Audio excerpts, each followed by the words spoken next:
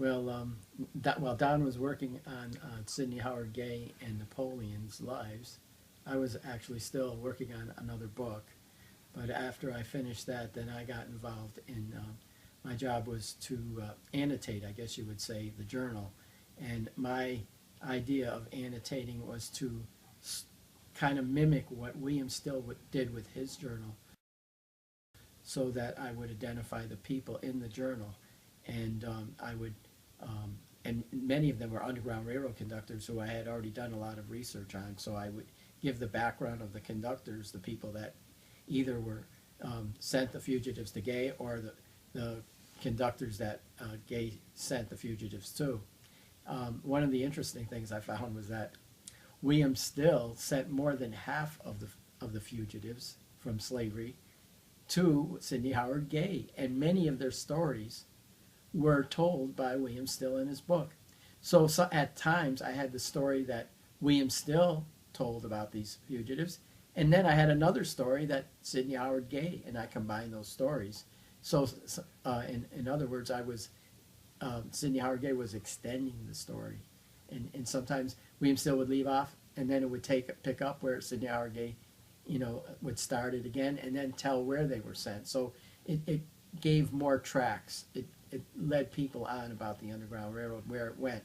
And also I delineated the networks. I made databases, or tables, I should say, and showed where they went, various, well, I think I had Philadelphia, I have, because that's where they came from. Then I had the Boston, New Bedford area, I had Albany, Syracuse.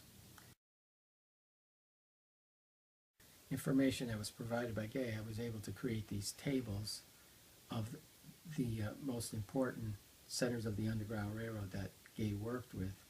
And I created one for Philadelphia. I created one for Albany and Syracuse, New England and Boston, and also Harrisburg, which was another major center that still often sent fugitive slaves, and then they went sometimes to Gay. Sometimes it was a convoluted kind of route that they were taking, but these were like major centers of the Underground Railroad, and I was able to, create these tables that really delineates the network and shows the organization that was involved with the Underground Railroad. And I also did some of my own research. I especially found a lot of interesting information about some of the captains from Virginia that were transporting fugitive slaves. And I think it will provide later researchers with information to further, learn about this network and people who are actually working with Gay in Virginia.